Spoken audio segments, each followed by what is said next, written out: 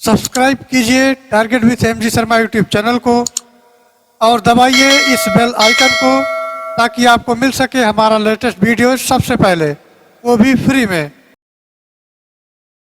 साथियों नमस्कार, स्वागत है आप सभी का आपके अपने YouTube channel target with MG Sharma पर। साथियों, youth competition times practice book के क्रम में आज हम लेकर हाजिर हैं प्रैक्टिस टेस्ट जीएस भाग। इसके पहले के सभी वीडियोज ऑलरेडी चैनल पर अपलोड हैं, आप जाकर देख सकते हैं। जो भाई बहन अभी चैनल पर नए हैं वो चैनल को सब्सक्राइब कर लें और साथ ही बेल आइकन प्रेस कर लें ताकि जब भी मैं अगला वीडियो अपलोड करूं सबसे पहले इन्फॉर्मेशन आपको मिलती रहे। तो चलो कुछ चंद लाइनों के साथ आज के सेशन की शुरुआत करते हैं। जो मुस्कुरा रहा है उसे दर्द ने पाला होगा, जो चल रहा है उसके पाँव में छाला होगा। बिना परेशानियों के इंसान चमक नहीं सकता, जो जलेगा उसी दिए में उजाला होगा, जो जलेगा उसी दिए में उजाला होगा।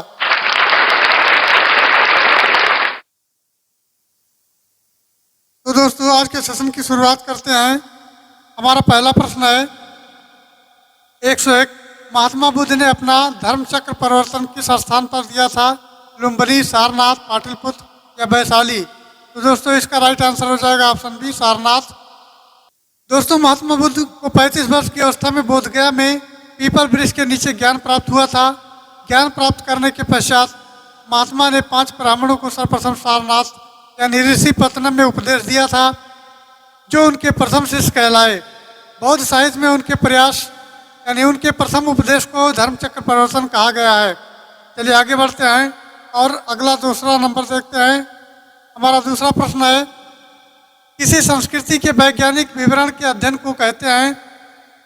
एथनोलॉजी, एथनोग्राफी, एथोलॉजी या एथिक्स? तो मित्रों इसका राइट आंसर हो जाएगा एथनोलॉजी। मानव के विभिन्न जातियों, प्रजातियों और उनके पारंपरिक संबंधों तथा संस्कृति के वैज्ञानिक विवरण का अध्ययन एथनोलॉजी के अंतर्गत किया जाता है, जबकि एथनोग्राफी के अंतर्गत मानव जाति के क्षेत्रीय विभाजन का अध्ययन तथा एथिक्स के अंतर्गत मानव के नैतिक आचरण और कर्तव्यों का अध्ययन किया जाता है। इटिमोलॉजी के अंतर्गत शब्दों की व्युत्पत्ति का विवेचन किया जाता है। इस तरह चलते हैं अगले प्रश्न पर। हमारा अगला प्रश्न है 103। मुगल प्रशासन में मदद ए मास इंगित करता है? चुंगी कर, जिसको कहते हैं टोल टैक्स, विद्वानों को दी जाने वाली राजस्व मुक्त अनुजत भूमि, सैन्य अधिकारियों को दी जाने वाली पेंशन या बुआई कर? तो दोस्तों इसका राइट आंसर हो जाएगा ऑप्शन बी, विद्वानों को दी जाने वाली राजस्व मुक्त अनुजत भूमि। मुगल काल में राजस्व के स्रोत मुख्यतः भू राजस्व, चुंगी, उपहार, नमक पर कर या व्यक्ति कर था। इन सब में भू राजस्व सर्वाधिक महत्वपूर्ण था। मुगल काल में मदद ए मास भूमि अनुदान के रूप में धार्मिक प्रवृत्ति के व्यक्ति को दी जाती थी। इस तरह की अधिकांश भूमि अनुत्पादक होती थी। इस भूमि को मिल्क भी कहा जाता था। मुगल शासकों में सर्वप्रथम अकबर ने ही भूमि और भूमि व्यवस्था पर संगठित करने का प्रयास किया था। और मित्रों अकबर ने 1580 में दहसाला नामक भू राजस्व की नवीन प्रणाली प्रारंभ की थी। चलिए आगे बढ़ते हैं। हमारा अगला प्रश्न है 104। किसी अर्थव्यवस्था में यदि ब्याज की दर को घटाया जाता है तो वो होता है अर्थव्यवस्था में उपयोग घटाया जाए, सरकार के कर संग्रह को बढ़ाएगा, अर्थव्यवस्था में निवेश को बढ़ाएगा या अर्थव्यवस्था में कुल बचत को बढ़ाएगा? तो दोस्तों इसका राइट आंसर हो जाएगा अर्थव्यवस्था में निवेश व्यय को बढ़ाएगा। किसी भी अर्थव्यवस्था में यदि ब्याज दर को घटाया जाता है तो वो अर्थव्यवस्था में निवेश व्यय को बढ़ाएगा। हमारा सी राइट आंसर होगा। चलिए आगे बढ़ते हैं। हमारा अगला प्रश्न है 105। कांग्रेस पार्टी ने किस वर्ष पूर्ण स्वराज का प्रस्ताव पारित किया? 1930, 1929, 1917 या 1911? तो इसका राइट आंसर हो जाएगा ऑप्शन बी, 1929। कांग्रेस पार्टी 1929 के लाहौर अधिवेशन में पंडित जवाहरलाल नेहरू की अध्यक्षता में पूर्ण स्वराज का प्रस्ताव पारित किया। चलिए आगे बढ़ते हैं। हमारा अगला प्रश्न है 106। 2011 में देश के निम्नलिखित राज्यों में से साक्षरता दर सबसे कम थी? उड़ीसा की, बिहार में या झारखंड में या छत्तीसगढ़ में? तो दोस्तों इसका राइट आंसर हो जाएगा ऑप्शन बी, बिहार में। और हमारे बिहार एक तरफ देखते हैं राज्य से हमारे हैं और साक्षरता दर उनके परसेंटेज में है, तो सबसे पहले देखते हैं बिहार का। बिहार जो है इसका साक्षरता दर है 61.8%। इसी प्रकार अरुणाचल प्रदेश यानी एपी लिख देते हैं शॉर्टकट में, 65.4%। इसी प्रकार राजस्थान हमारा है, राजस्थान है 66.1%। और आगे बढ़ते हैं और आता है झारखंड। झारखंड है, झारखंड का साक्षरता परसेंट है 66.4%। और आंध्र प्रदेश का यानी एपी का है, आंध्र प्रदेश 67%। इस तरह ये परसेंटेज में दिए गए हैं। बिहार 61.8% साक्षरता दर, अरुणाचल प्रदेश 65.4%, राजस्थान 66.1%, झारखंड 66.4% और आंध्र प्रदेश 67% ये साक्षरता दर है। चलिए आगे बढ़ते हैं। हमारा अगला प्रश्न है 107। कांग्रेस के नरम दल के नेताओं का आंदोलन की पद्धति थी असहयोग, राज्य वामबंद आंदोलन, अनुकूल प्रविघटन या अविधेयक। तो दोस्तों इसका राइट आंसर हो जाएगा ऑप्शन बी, राज्य वामबंद आंदोलन। कांग्रेस के नरम दल के नेताओं की आंदोलन की प्रमुख पद्धति राज्य वामबंद आंदोलन, प्रशासन में भारतीयों की भागीदारी और जनता में राजनीतिक जागरूकता उत्पन्न करना था। अनुकूल प्रविघटन उग्रवादियों की मुख्य मांगे थी। चलिए आगे बढ़ते हैं। हमारा अगला प्रश्न है 108। 108 देख लेते हैं। उत्तर प्रदेश के निम्नलिखित जनपदों में से कौन क्षेत्रफल की दृष्टि से सबसे छोटा है? वाराणसी, जौनपुर, इलाहाबाद, गाजीपुर। तो दोस्तों इसका राइट आंसर हो जाएगा ऑप्शन ए, वाराणसी। वाराणसी सभी जनपदों में क्षेत्रफल की दृष्टि से सबसे छोटा है। तो इसके बारे में थोड़ा जानकारी ले लेते हैं। कुछ जिले दिए गए हैं, ये हैं जिले हमारे, और एक तरफ दिया है क्षेत्रफल। क्षेत्रफल उनका वर्ग मीटर में है, वर्ग मीटर। पहले है वाराणसी। वाराणसी का क्षेत्रफल है 1535 वर्ग मीटर। और जौनपुर है, जौनपुर का है 4038 वर्ग मीटर। इसी प्रकार प्रयागराज है, प्रयागराज हमारा है 5482 वर्ग मीटर। और आगे फिर है गाजीपुर। गाजीपुर हमारा है 3377 वर्ग मीटर। तो ये रहे हमारे डिटेल्स। चलिए आगे बढ़ते हैं और अगला प्रश्न देखते हैं। प्रश्न संख्या 109। मुजफ्फरपुर में किंग्सफोर्ड की हत्या का प्रयास कब किया गया? 1908, 1909, 1907 या 1911 में? तो मित्रों इसका राइट आंसर हो जाएगा 1908। ऑप्शन ये राइट आंसर होगा 1908। मुजफ्फरपुर में किंग्सफोर्ड की हत्या का प्रयास 30 अप्रैल 1908 में प्रफुल्ल चाकी और खुदीराम बोस ने किया था। प्रफुल्ल चाकी ने पुलिस से बचने के लिए आत्महत्या कर ली और खुदीराम बोस को गिरफ्तार करके फांसी दे दी गई। चलिए आगे बढ़ते हैं। हमारा अगला प्रश्न है 110। मुंडा जनजातियां अधिकांशतः बसी हैं मध्य प्रदेश में, उत्तर प्रदेश में, असम में अथवा झारखंड में? तो दोस्तों इसका राइट आंसर हो जाएगा ऑप्शन डी, झारखंड में। झारखंड इसका राइट आंसर होगा। मुंडा जनजातियां अधिकांश जो हैं झारखंड की पहाड़ी क्षेत्रों में बसी हुई हैं और मध्य प्रदेश में भील और गोंड जातियां पाई जाती हैं। असम में बोडो, राभा और दिमारा जनजातियां पाई जाती हैं और उत्तर प्रदेश में कोल और खरवार जाति पाई जाती है। चलिए आगे बढ़ते हैं। हमारा अगला प्रश्न है 111।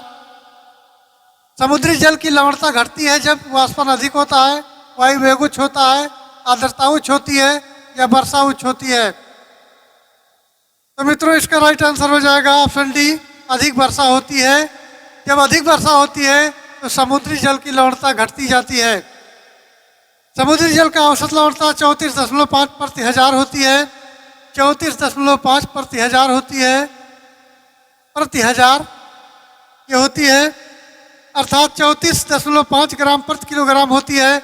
अधिक वर्षा होने से समुद्र में जल का बढ़ना समुद्री जल की लवणता को घटाती है। चलिए आगे बढ़ते हैं। हमारा अगला प्रश्न है 112। 1942 के आंदोलन में डॉक्टर राजेंद्र प्रसाद को किस जेल में कैद में रखा गया था? Bankipur jail, Hazaribagh jail, camp jail या भागलपुर जेल? तो दोस्तों इसका राइट आंसर हो जाएगा बांकीपुर जेल, जो कि बिहार में पड़ता है। 1942 के आंदोलन में डॉक्टर राजेंद्र प्रसाद यानी बांकीपुर पटना जेल में रखा गया था और हजारीबाग जेल में जयप्रकाश नारायण को रखा गया था। जयप्रकाश नारायण ने जेल की दीवार तोड़कर भाग लिया था। चलिए आगे बढ़ते हैं। हमारा अगला प्रश्न है 113। ओजोन परत बताता है अंटार्कटिका वायुमंडलीय स्थिति को। शनि ग्रह पर की गई एक आधुनिक खोज को पृथ्वी की सतह से लगभग 10 से 20 किलोमीटर नीचे की परत को या पृथ्वी की सतह से 1520 किलोमीटर ऊपर में वायुमंडल की परत को? तो मित्रों इसका राइट आंसर हो जाएगा ऑप्शन डी, पृथ्वी की सतह से 15 से 20 किलोमीटर ऊपर की वायुमंडल की परत में। ओजोन परत समताप मंडल में पृथ्वी के लगभग 15 से 35 किलोमीटर ऊपर जाने पर विद्यमान है। ये सूर्य द्वारा विकसित पराबैंगनी किरणों से हमारी रक्षा करता है। चलिए आगे बढ़ते हैं। हमारा अगला प्रश्न है 114। हुमायूं द्वारा लड़े गए 4 प्रमुख युद्धों की तिथि का अनुसार सही क्रम अंकित करें। युद्ध स्थलों के नाम नीचे अंकित किए गए हैं। चौसा, देवरा, कन्नौज और सरहिंद का युद्ध, देवरा, कन्नौज, चौसा और सरहिंद का युद्ध, सरहिंद, देवरा, चौसा और कन्नौज का युद्ध या देवरा, चौसा, कन्नौज और सरहिंद का युद्ध? तो हमारा ये राइट आंसर हो जाएगा ऑप्शन डी, देवरा, चौसा, कन्नौज और सरहिंद का युद्ध। इसका डेट देख लेते हैं किस किस तिथि में ये हुआ है। तो देवरा का युद्ध जो है देवरा का युद्ध 1532 में हुआ है, ये 1532 ईस्वी में हुआ है। इसके बाद आता है चौसा, चौसा का हुआ है 1539 में, 1539 में। इसी क्रम में कन्नौज का है, कन्नौज का हुआ है या कन्नौज या बिलग्राम का युद्ध इसको कहते हैं, ये हुआ है 1540 में। और नेक्स्ट है सरहिंद का युद्ध, तो सरहिंद का युद्ध हुआ है 1555 ईस्वी में, 1555 में। इसी क्रम में हमारे ये डेट वाइज लगे हुए हैं, तो हमारा डी राइट आंसर होगा, देवरा, चौसा, कन्नौज और सरहिंद। चलिए आगे बढ़ते हैं। हमारा अगला प्रश्न है 115। भारत में सर्वाधिक अनुसूचित जाति जनसंख्या वाला प्रदेश है? राजस्थान, महाराष्ट्र, मध्य प्रदेश अथवा उत्तर प्रदेश? तो दोस्तों इसका राइट आंसर हो जाएगा option D, Uttar Pradesh. Uttar Pradesh right answer होगा। 2011 की अंतिम जनगणना के अनुसार देश में अनुसूचित जातियों की सर्वाधिक संख्या उत्तर प्रदेश में निवास करती है। प्रदेश में अनुसूचित जातियों की कुल जनसंख्या प्रदेश की कुल लगभग जनसंख्या का 20.69% है और देश की कुल जनसंख्या का 16.6% है। देश में अनुसूचित जाति की सर्वाधिक प्रतिशतता वाला राज्य पंजाब है। अर्थात पंजाब का साक्षरता दर 31.9%। पंजाब का जनसंख्या वाला प्रदेश जो हमारा है 31.9% है, अर्थात ऑप्शन में नहीं है, तो ऑप्शन में हमारा उत्तर प्रदेश राइट आंसर होगा। चलिए आगे बढ़ते हैं। हमारा अगला प्रश्न है 116। भारत की 1/4 से अधिक नगरीय जनसंख्या जिन 2 राज्यों में निवास करती है वह हैं आंध्र प्रदेश और पश्चिम बंगाल, महाराष्ट्र एवं गुजरात, उत्तर प्रदेश एवं तमिलनाडु, महाराष्ट्र और उत्तर प्रदेश? तो दोस्तों इसका राइट आंसर हो जाएगा ऑप्शन डी, महाराष्ट्र और उत्तर प्रदेश। डी इसका राइट आंसर होगा। देश की नगरीय जनसंख्या 37,71,06,125 है, जिसमें उत्तर प्रदेश में लगभग 4,44,95,063 और महाराष्ट्र में 5,08,18,259 नगरीय जनसंख्या है। इस प्रकार भारत की 1/4 से अधिक नगरीय जनसंख्या इन्हीं 2 राज्यों में निवास करती है। चलिए आगे बढ़ते हैं। हमारा अगला प्रश्न है 117। राजनीतिक सुधारों को लेकर विरोध करने वाले पहले भारतीय कौन थे? दादा भाई नौरोजी, सुरेंद्र नाथ, राजा राम मोहन राय या बाल गंगाधर तिलक? तो मित्रों इसका राइट आंसर हो जाएगा ऑप्शन डी, बाल गंगाधर तिलक। राजनीतिक सुधारों को लेकर विरोध करने वाले पहले भारतीय जो हैं बाल गंगाधर तिलक थे। चलिए आगे बढ़ते हैं। हमारा अगला प्रश्न है 118। 118 प्रश्न कहता है संसार में सर्वाधिक नगरीकृत देश हैं जापान, जर्मनी, इजराइल और सिंगापुर? तो इसका राइट आंसर हो जाएगा ऑप्शन डी, सिंगापुर। सिंगापुर इसका राइट आंसर होगा। वर्ष 2011 के आंकड़ों के अनुसार विश्व में 52.1% जनसंख्या नगरीय क्षेत्रों में निवास करती है और सिंगापुर, मोनाको, बरमुंडा, नारू और हांगकांग की संपूर्ण जनसंख्या नगरों में निवास करती है, अर्थात नगरीकरण 100% है। नगरीकरण हमारा 100% है। चलिए आगे बढ़ते हैं। हमारा अगला प्रश्न है 119। भील जनजाति कहाँ पाई जाती है? असम में, झारखंड में, पश्चिम बंगाल में या महाराष्ट्र में? तो दोस्तों इसका राइट आंसर हो जाएगा ऑप्शन डी, महाराष्ट्र। महाराष्ट्र इसका राइट आंसर होगा। भील जनजाति मुख्यतः मध्य प्रदेश, महाराष्ट्र, राजस्थान और गुजरात में पाई जाती हैं। गौड़ जनजाति मुख्यतः मध्य प्रदेश, महाराष्ट्र, आंध्र प्रदेश और गुजरात उड़ीसा में पाई जाती हैं। चलिए आगे बढ़ते हैं। हमारा अगला प्रश्न है प्रश्न संख्या 120। एक उच्च न्यायालय का न्यायाधीश अपना त्यागपत्र संबोधित करता है राष्ट्रपति को, भारत के मुख्य न्यायाधीश को या उसके राज्य के उच्च न्यायालय के न्यायाधीश को अथवा राज्य के राज्यपाल को? तो इसका राइट आंसर हो जाएगा ऑप्शन ए, राष्ट्रपति को। अनुच्छेद 217 फर्स्ट का के अनुसार, 217 फर्स्ट और का के अनुसार, उपबंधों के अनुसार कोई न्यायाधीश राष्ट्रपति को संबोधित अपने हस्ताक्षर सहित लेख द्वारा अपना पद त्याग सकता है। चलिए आगे बढ़ते हैं। हमारा अगला प्रश्न है 121। भारतीय संविधान में कितनी भाषाएं हैं जो क्षेत्रीय भाषाओं के रूप में मान्यता प्राप्त हैं? 12, 13, 14 और 22। तो इसका राइट आंसर हो जाएगा 22। कुल 22 भाषाएं जो क्षेत्रीय भाषाएं हैं उनको मान्यता दी गई है। 22 दिसंबर 2003 को लोकसभा में 4 भाषाओं मैथिली, बोडो, संथाली और डोगरी को संविधान की 8वीं अनुसूची में शामिल करने वाले 92वें संविधान संशोधन विधेयक को सर्वसम्मति से पारित किया। वर्तमान में 8वीं अनुसूची में संविधान द्वारा मान्यता प्राप्त कुल 22 प्रादेशिक भाषाओं का उल्लेख मिलता है। चलिए आगे बढ़ते हैं। हमारा अगला प्रश्न है 122। भारतीय संविधान में शामिल हैं 395 अनुच्छेद, 22 भाग और 12 अनुसूचियाँ, 371 अनुच्छेद, 21 भाग और 11 अनुसूचियाँ, 372 अनुच्छेद, 20 भाग और 7 सूचियाँ, 381 अनुच्छेद, 23 भाग और 8 अनुसूचियाँ। तो दोस्तों इसका राइट आंसर हो जाएगा ऑप्शन ए, 395 अनुच्छेद, 22 भाग और 12 अनुसूचियाँ। इसका राइट आंसर हो जाएगा। संविधान निर्माण की प्रक्रिया में कुल 2 वर्ष 11 महीना और 18 दिन लगे। संविधान में जब 26 नवंबर 1949 ईस्वी को संविधान सभा द्वारा पारित किया गया, तब इसमें कुल 22 भाग, 395 अनुच्छेद और 8 अनुसूचियाँ थीं। और वर्तमान समय में संविधान में 25 भाग हैं, 470 अनुच्छेद हैं और 12 अनुसूचियाँ हैं। चलिए आगे बढ़ते हैं। हमारा अगला प्रश्न है 123। संविधान को 26 जनवरी के दिन लागू करने का निर्णय इसलिए किया गया क्योंकि कांग्रेस ने इस तिथि को 1930 में स्वतंत्रता दिवस के रूप में मनाया था। इस तिथि को 1942 में भारत छोड़ो आंदोलन प्रारंभ किया गया था। यह एक शुभ दिन था, उपयुक्त में से कोई नहीं। तो इसका राइट आंसर हो जाएगा कांग्रेस ने इस तिथि को 1930 में स्वतंत्रता दिवस के रूप में मनाया था। ये इसका राइट आंसर हो जाएगा। चलिए आगे बढ़ते हैं। हमारा अगला प्रश्न है 124। 124 कहता है यूरोप की एक पर्वत श्रृंखला है आल्पस, हिमालय, एंडीज या रॉकी। तो मित्रों इसका राइट आंसर हो जाएगा ऑप्शन ए, आल्पस पर्वत। आल्पस पर्वत यूरोप में स्थित है तथा इसका यूरोप में सर्वाधिक विस्तार स्विट्जरलैंड देश में है। पूर्व में स्थित यूराल पर्वत यूरोप को एशिया से पृथक करता है, यानी अलग करता है। ये पर्वत उत्तर दक्षिण में 2200 किलोमीटर लंबे हैं तथा 80 से 120 किलोमीटर चौड़े हैं। इनकी औसत ऊंचाई 300 किलोमीटर की है। चलिए आगे बढ़ते हैं। हमारा अगला प्रश्न है 125।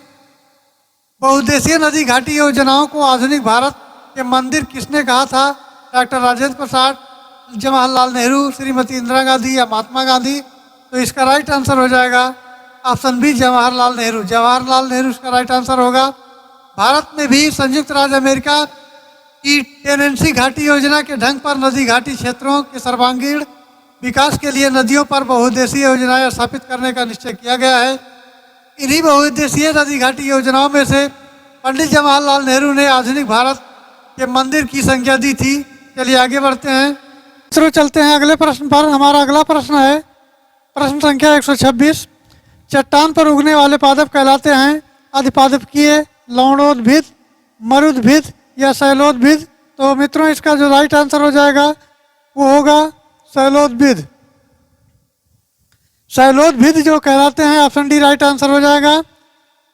चट्टान पर उगने वाले बहुत प्रकार के पौधे होते हैं जो शैलोद्भिद कहलाते हैं, और ये पौधे धरातल की कठोर चट्टानों पर उगते हैं और जल के प्रति कम संवेदनशील होते हैं।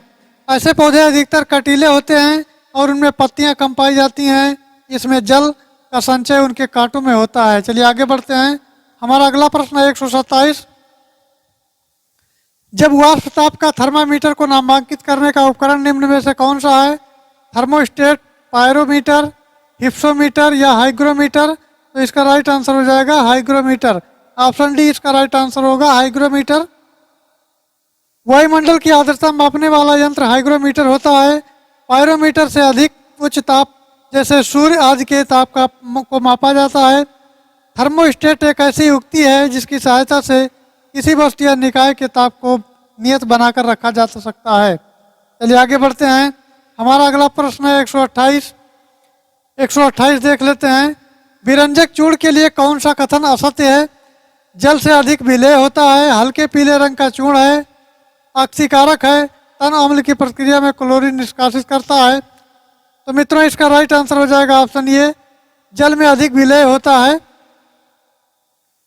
विरंजक चूर्ण क्लोरीन शुष्क बुझे हुए चूने से क्रिया करके विरंजक चूर्ण बनाती है और यह एक हल्के पीले रंग का चूर्ण है जिसमें क्लोरीन की गंध आती है।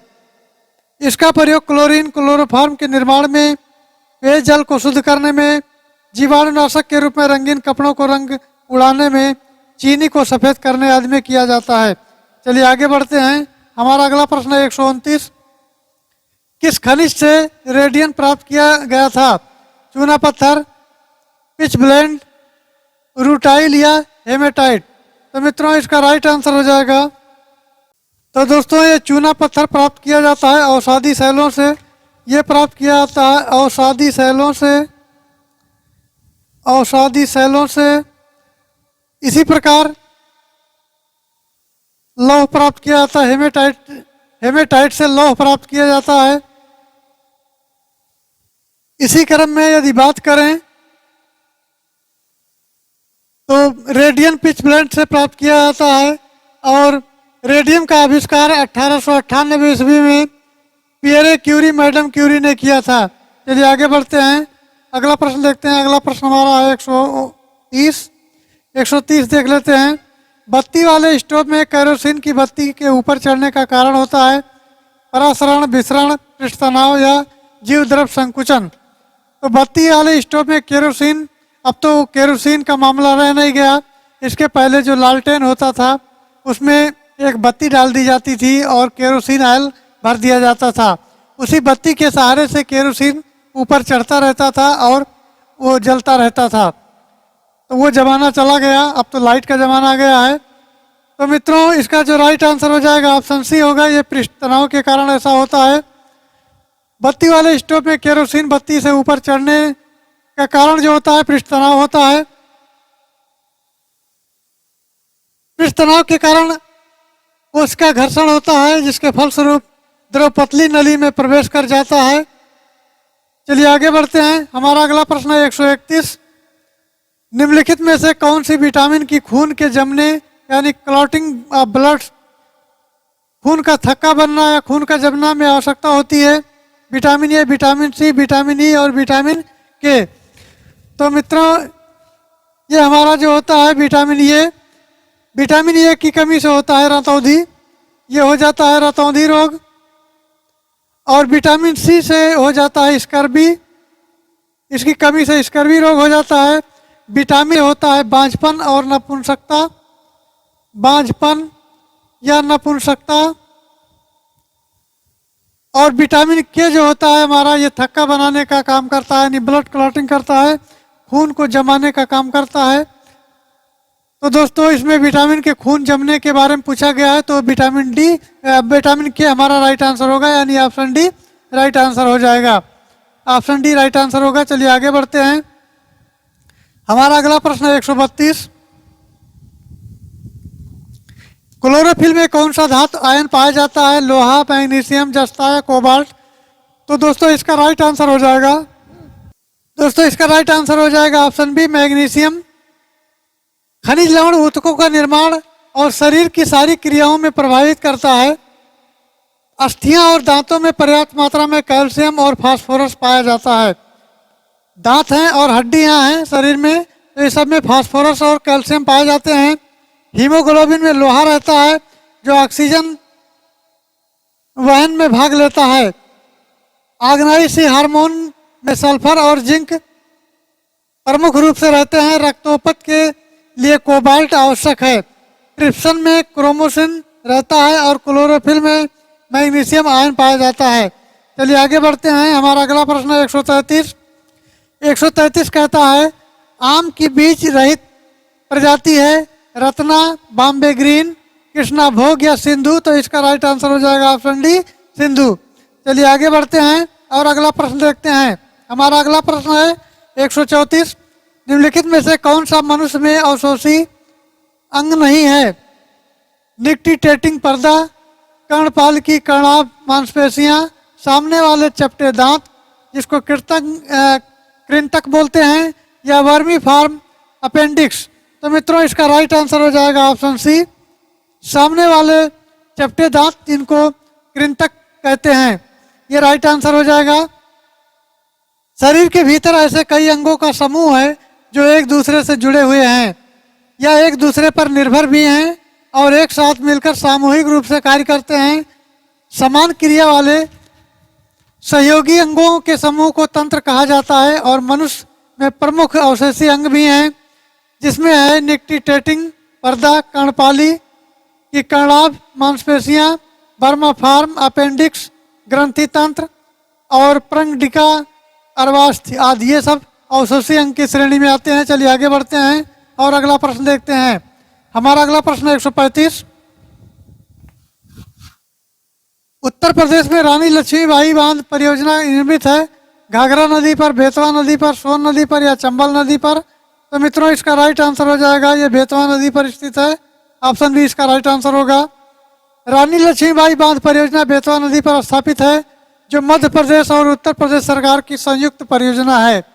कभी कभी प्रश्न में यह भी पूछा जा सकता है कोई ऐसा बांध बताइए जो दो राज्यों के बीच में संयुक्त रूप से परियोजना चलाई जा रही है। तो ये उत्तर प्रदेश और मध्य प्रदेश की संयुक्त परियोजना है और इसका नाम है रानी लक्ष्मीबाई बांध परियोजना जो बेतवा नदी पर स्थित है। ये ऐतिहासिक स्थल चंदेरी के निकट है और ललितपुर जो कि उत्तर प्रदेश में पड़ता है से 22 किलोमीटर दूर है। ये उत्तर प्रदेश के 1380 वर्ग किलोमीटर क्षेत्रफल में तथा मध्य प्रदेश के 1210 वर्ग किलोमीटर क्षेत्रफल को सिंचाई सुविधा उपलब्ध कराता है। चलिए आगे बढ़ते हैं। हमारा अगला प्रश्न है 136। पीत क्रांति संबंधित है उत्पादन से, खाद्यान्न के उत्पादन से, मत्स्य से या तिलहन से अथवा दुग्ध से। तो इसका सही आंसर होगा तिलहन से है, ऑप्शन सी तिलहन इसका राइट आंसर होगा। हरित क्रांति का संबंध कृषि क्षेत्र से उत्पादन तकनीक में सुधार और कृषि उत्पादकता में वृद्धि करने से है। इसमें कुछ क्रांतियां दी गई हैं जिसमें है पीली क्रांति जिसको पीत क्रांति के नाम से जाना जाता है और ये खाद्य और तिलहन फसलों के उत्पादन से संबंधित है। इसी प्रकार श्वेत क्रांति है। श्वेत क्रांति दूध के क्षेत्र में क्रांति उत्पन्न करने और उत्पादकता बढ़ाने के कार्यक्रमों में श्वेत क्रांति का नाम दिया गया है। इसी क्रम में इस क्रांति के श्रेय भारत के डॉक्टर वर्गीस कुरियन को जाता है। इसी क्रम में नीली क्रांति भी है और नीली क्रांति मछली उत्पादन के क्षेत्र में हुई प्रगति को नीली क्रांति के रूप में जाना जाता है। अगला आता है गुलाबी क्रांति। गुलाबी क्रांति मांस व्यापार के क्षेत्र में हुई प्रगति और गुलाबी क्रांति के रूप में जाना जाता है। नेक्स्ट आता है भूरी क्रांति। भूरी क्रांति के अंतर्गत गैर परंपरागत ईंधन के उत्पादन के क्षेत्र में भूरी क्रांति के रूप में जानी जाती है। चलिए मित्रों आगे बढ़ते हैं और अगला प्रश्न देखते हैं। हमारा अगला प्रश्न है 137। निम्नलिखित में से कौन सा एक बाल्टिक राष्ट्र नहीं है? तो लाटविया, स्लोवाकिया, लिथुआनिया और एस्टोनिया। तो इसका जो राइट आंसर हो जाएगा ऑप्शन बी हो जाएगा स्लोवाकिया। लाटविया, लिथुआनिया और एस्टोनिया बाल्टिक राष्ट्र हैं। ये तीनों राष्ट्र बाल्टिक सागर के पूर्व में स्थित हैं और ये मध्यम खारे पानी की सबसे बड़ा प्राय सागर माना जाता है इन्हें। जबकि स्लोवाकिया बाल्टिक राष्ट्र नहीं है, बाल्टिक यूरोप महाद्वीप का देश है जिसकी राजधानी वात्स्लावा है। चलिए आगे बढ़ते हैं और अगला प्रश्न देखते हैं। हमारा अगला प्रश्न है 138। किस प्रकार के कंप्यूटरों का सर्वाधिक प्रयोग किया जाता है? Super computer, mini computer, main frame computer या माइक्रो कंप्यूटर? तो मित्रों इसका राइट आंसर हो जाएगा option D, micro computer. Micro computer छोटे आकार के होते हैं, कम कार्य क्षमता के होते हैं। इन कंप्यूटरों में केवल एक प्रोसेसर यानी सीपीयू लगाया जा सकता है। इन कंप्यूटरों पर एक समय में एक व्यक्ति कार्य कर सकता है। इस प्रकार के कंप्यूटरों का प्रयोग सबसे अधिक होता है क्योंकि आसानी से एक स्थान से दूसरे स्थान पर ले जाया जा सकता है। माइक्रो कंप्यूटर को पर्सनल कंप्यूटर भी कहा जाता है। चलिए आगे बढ़ते हैं और अगला प्रश्न देखते हैं। हमारा अगला प्रश्न है 139। निम्नलिखित में से कौन शक्ति और खाद्य दोनों दे सकता है?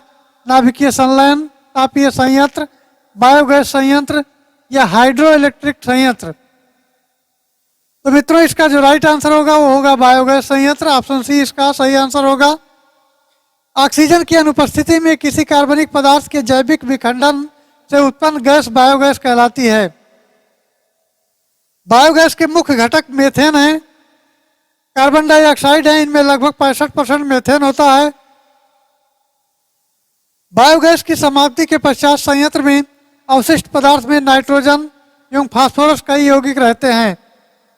अवशिष्ट पदार्थों का उपयोग उर्वरक के रूप में किया जाता है। चलिए आगे बढ़ते हैं और अगला प्रश्न देखते हैं। हमारा अगला प्रश्न है 140। किसी निश्चित क्षेत्र के प्राणियों की संख्या की सीमा जिसे पर्यावरण समर्थन कर सकता है कहलाती है? जनसंख्या, वहन क्षमता, संख्या या देव द्रव्यमान का पिरामिड या उपरोक्त में से कोई नहीं? तो मित्रों इसका राइट आंसर हो जाएगा ऑप्शन बी, वहन क्षमता। वहन क्षमता इसका राइट आंसर होगा। किसी भी निश्चित क्षेत्र में प्राणियों की संख्या की सीमा जिसे पर्यावरण समर्थन कर सकता है वहन क्षमता कहलाती है। जबकि जनसंख्या किसी इकाई क्षेत्र में रहने वाले लोगों की संख्या है तथा जैव द्रव्यमान किसी क्षेत्र विशेष में उपस्थित जीवों की मात्रा है। चलिए आगे बढ़ते हैं।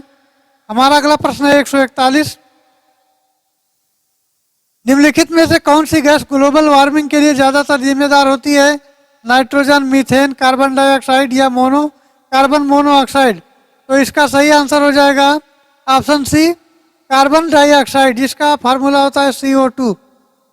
ग्लोबल वार्मिंग के लिए green house gas CO2, NO2 और जलवाष्प मीथेन की व ओजोन परत जिम्मेदार होती हैं, परंतु इनमें से सर्वाधिक हानिकारक अर्थात CO2 कार्बन डाइऑक्साइड भी है। चलिए आगे बढ़ते हैं और अगला प्रश्न देखते हैं। हमारा अगला प्रश्न है 142। निचली गंगा नहर का उद्गम स्थल कहाँ पर है? बरेली में, हरिद्वार में, कानपुर में या नरोरा में? तो मित्रों इसका राइट आंसर हो जाएगा, ये है नरोरा में। नरोरा इसका राइट आंसर हो जाएगा। निचली गंगा नहर बुलंदशहर जनपद के नरोरा से गंगा नदी से निकलती है। इस नहर से लाभान्वित होने वाले बुलंदशहर, अलीगढ़, एटा, मैनपुरी, फिरोजाबाद, कानपुर, फर्रुखाबाद, फतेहपुर और प्रयागराज आदि सम्मिलित हैं जो इससे लाभ उठाते हैं। चलिए आगे बढ़ते हैं। हमारा अगला प्रश्न है 143। उत्तर प्रदेश में उर्दू को द्वितीय राजभाषा घोषित किया गया है 1979 में, 1961 में, 1989 में या 1969 में? तो दोस्तों इसका राइट आंसर हो जाएगा ये 1989 में राजभाषा घोषित किया गया है। वर्ष 1989 में उत्तर प्रदेश राज्य सरकार के अल्पसंख्यकों की भावनाओं का समादर करते हुए उत्तर प्रदेश राजभाषा संशोधन अधिनियम 1989 पारित करके उर्दू को भी दूसरी राजभाषा घोषित कर दिया गया था। चलिए आगे बढ़ते हैं। हमारा अगला प्रश्न है 144। उत्तर प्रदेश का मुख्य लोक नृत्य है धोबिया, राई, सायरा या उपरोक्त सभी? तो मित्रों इसका राइट आंसर हो जाएगा उपरोक्त सभी, ये सभी हैं। उत्तर प्रदेश के मुख्य लोक नृत्य है सभी हैं। चलिए आगे बढ़ते हैं। हमारा अगला प्रश्न है 145। जलियांवाला बाग के प्रदर्शन के लिए क्यों लोग जमा हुए थे? ये बहुत ही इंपॉर्टेंट क्वेश्चन है। गांधी जी और लाला लाजपत राय की गिरफ्तारी के प्रति विरोध प्रदर्शन करने, किचलू और सत्यपाल के बंदी बनाने के विरोध में प्रदर्शन करने, बैसाखी की प्रार्थना के लिए या पंजाब सरकार के अमानवीय कार्यकलापों के प्रति विरोध प्रकट करने के लिए? तो मित्रों इसका राइट आंसर हो जाएगा ये किचलू और सत्यपाल को बंदी बनाने के विरोध में प्रदर्शन करने के लिए जलियांवाला बाग प्रदर्शन के लिए लोग जमा हुए थे। चलिए आगे बढ़ते हैं। हमारा अगला प्रश्न है 146। एयरलाइंस गोल्ड कप का संबंध है हॉकी, टेबल टेनिस, फुटबॉल या स्वॉक्स? तो मित्रों इसका राइट आंसर हो जाएगा फुटबॉल। एयरलाइन स्वर्ण कप फुटबॉल से संबंधित है। फुटबॉल से संबंधित अन्य कप हैं FIFA cup, FA, European champion club cup, UEFA cup, presidents cup, Merdeka cup, super cup, टोय cup, America cup, Coca Cola cup और बादोलाई ट्रॉफी, बंडोडकर स्वर्ण कप आदि। ये इतने कप हैं। चलिए आगे बढ़ते हैं। हमारा अगला प्रश्न है 147। 2011 की जनगणना के अनुसार उत्तर प्रदेश महिला आबादी की कुल आबादी लगभग है 50%, 48%, 45% या 51%। तो इसका जो सही आंसर हो जाएगा वो है 48%। लिख दे रहे हैं, ये 48% है। 2011 की जनगणना के अनुसार उत्तर प्रदेश में महिला आबादी 9,53,31,831 और कुल आबादी 19,98,12,341 का लगभग 48% है। चलिए आगे बढ़ते हैं और अगला प्रश्न देखते हैं। हमारा अगला प्रश्न है 148। मासमई गुफा में जियोरिसा मासमेसिन्स नामक एक सूक्ष्म घोंघे की प्रजाति की खोज की गई है। ये गुफा किस राज्य में स्थित है? मेघालय, मणिपुर, सिक्किम या त्रिपुरा? तो दोस्तों इसका राइट आंसर हो जाएगा, ये है मेघालय में स्थित है। ऑप्शन ए इसका राइट आंसर हो जाएगा। मेघालय चेरापूंजी मासमई गुफा में जियोरिसा मासमेसिन नामक एक सूक्ष्म घोंघे की प्रजाति की खोज की गई है। चलिए आगे बढ़ते हैं और अगला प्रश्न देखते हैं। अगला हमारा है 149। हाल ही में किस तिथि को विश्व आयोडीन अल्पता दिवस मनाया गया? तो इसका राइट आंसर हो जाएगा ऑप्शन सी, 21 अक्टूबर को मनाया गया। प्रतिवर्ष 21 अक्टूबर वैश्विक आयोडीन अल्पता विकार निवारण दिवस अथवा विश्व आयोडीन अल्पता दिवस मनाया जाता है। विश्व स्वास्थ्य संगठन यानी WHO के अनुसार लगभग 54 देशों के आयोडीन अल्पता अभी तक मौजूद है। अल्पता दिवस का उद्देश्य सामान्य नागरिक व सरकार का आयोडीन जनित गंभीर बीमारियों की तरफ ध्यानाकर्षण करता है। चलिए आज का 150वां प्रश्न और अंतिम प्रश्न देख लेते हैं। मुख्यमंत्री राशन आपके द्वार योजना किस राज्य सरकार की योजना है? मिजोरम की, उत्तर प्रदेश की, मध्य प्रदेश की अथवा बिहार की? तो मित्रों ये है मध्य प्रदेश की। मुख्यमंत्री राशन आपके द्वार योजना मध्य प्रदेश से संबंधित है। ये योजना 19 अक्टूबर 2021 को मध्य प्रदेश सरकार द्वारा लागू की गई और इसका निर्णय लिया गया। ये योजना दिव्यांग, वृद्ध, शारीरिक रूप से अक्षम और गरीब आदिवासी परिवारों की सुविधा के लिए शुरू की गई है। तो मित्रों आई होप जानकारी समझ में आई होगी। जानकारी समझ में आई हो तो चैनल को लाइक करें, सब्सक्राइब करें और शेयर करें। फिर मिलते हैं अगले वीडियो में। Thanks for watching. जय हिंद।